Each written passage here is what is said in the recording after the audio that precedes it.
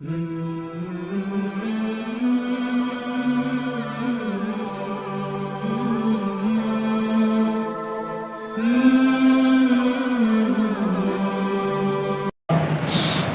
مجید فرقان حمید کے اندر ارشاد فرمایا ہے من یطع الرسول فقد اطاع اللہ، جس نے رسول کریم صلی اللہ علیہ وسلم کی اطاعت و فرما برداری کی، گویا اس نے اللہ تعالیٰ ہی کی فرما برداری کی۔ قرآن پاک میں کئی مقامات پہ ذکر آیا ہے اطاعت رسول کا اور اطاعت خدا بندی کا۔ تابع داری کرو اللہ کی، اللہ کے رسول کی۔ کہیں پہ ذکر آیا من یطع اللہ فقد اطاع اللہ، کہیں پہ ذکر آتا ہے من یطع اللہ اطاع الرسول، کہیں پہ ذکر آتا ہے یا ایھا الذین آمنوا اطیعوا اللہ واطیعوا الرسول، اے ایمان والو اللہ کی تابع داری کرو، اللہ کی فرما برداری کرو اور اللہ کے پیارے حبیب کی فرما برداری کرو۔ اب اس آیت پاک میں ذکر ہے من یطع الرسول فقد اطاع اللہ، جس نے رسول کریم صلی اللہ تعالی علیہ وسلم کی اطاعت و فرما برداری کی، کہا مانا، تابع داری کی، گویا اس نے اللہ ہی کی فرما برداری کی۔ یہ کوئی دو نہیں ہے، اللہ کی فرما برداری، اللہ کے پیارے حبیب سے بھی فرما برداری کرو، اور جب اللہ کے پیارے حبیب سے فرما برداری کرو گے تو گویا اللہ ہی کی فرما برداری ہو گئی۔ وہاں پہ ذکر آیا اطیعوا اللہ، اللہ کی اطاعت کرو، اطیعوا الرسول، اور رسول کریم صلی اللہ علیہ وسلم کی اطاعت و فرما برداری کرو۔ یہاں پہ ذکر ہے من یطع الرسول، جس نے اللہ کے رسول صلی اللہ علیہ وسلم کی اطاعت و فرما برداری کی، بے شک اس نے اللہ کی ہی فرما برداری کی۔ تو دوستان گرامی، اللہ اور اللہ کے پیارے حبیب صلی اللہ علیہ وسلم کی فرما برداری کی۔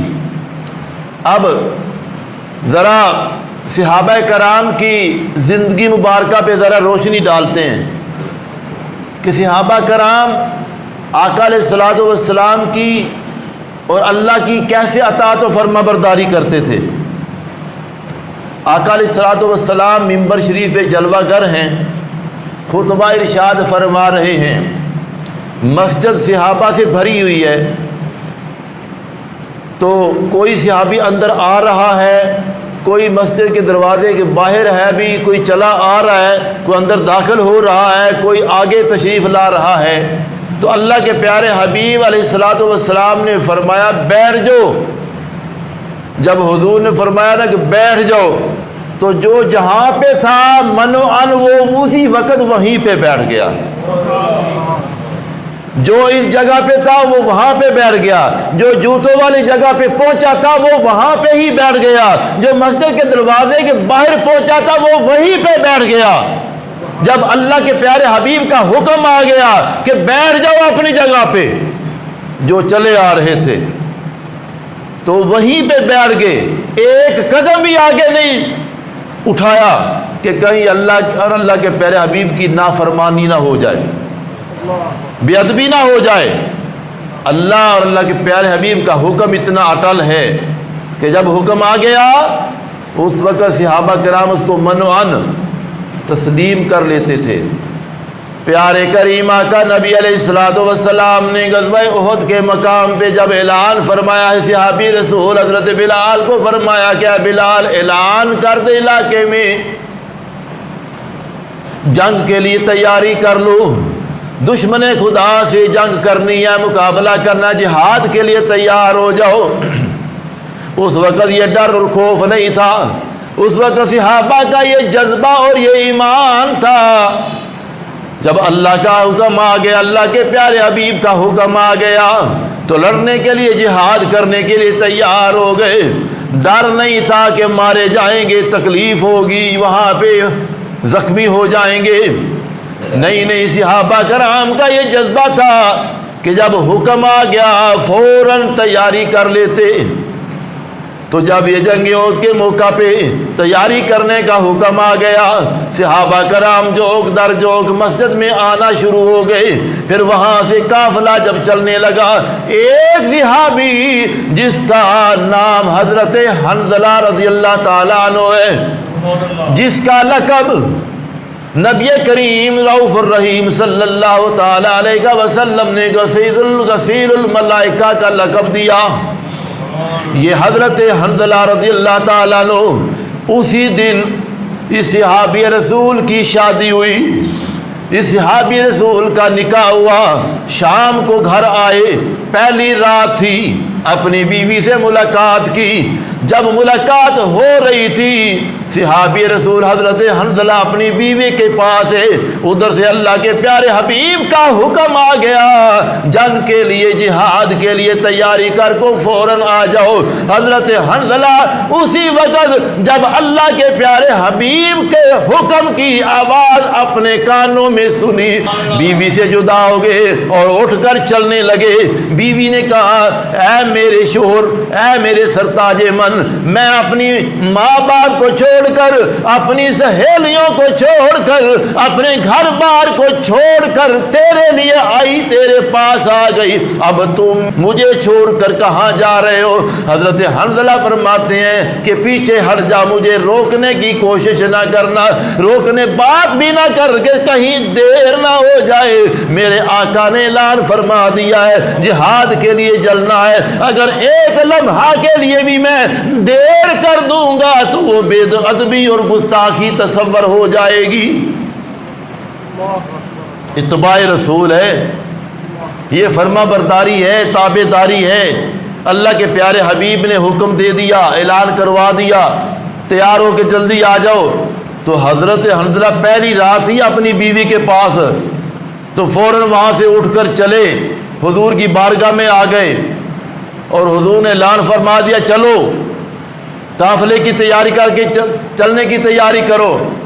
قافلہ چل نکلا، میدان جہاد میں آ گئے. جب میدان جہاد میں آ گئے، دشمن خدا سے مقابلہ شروع ہو گیا.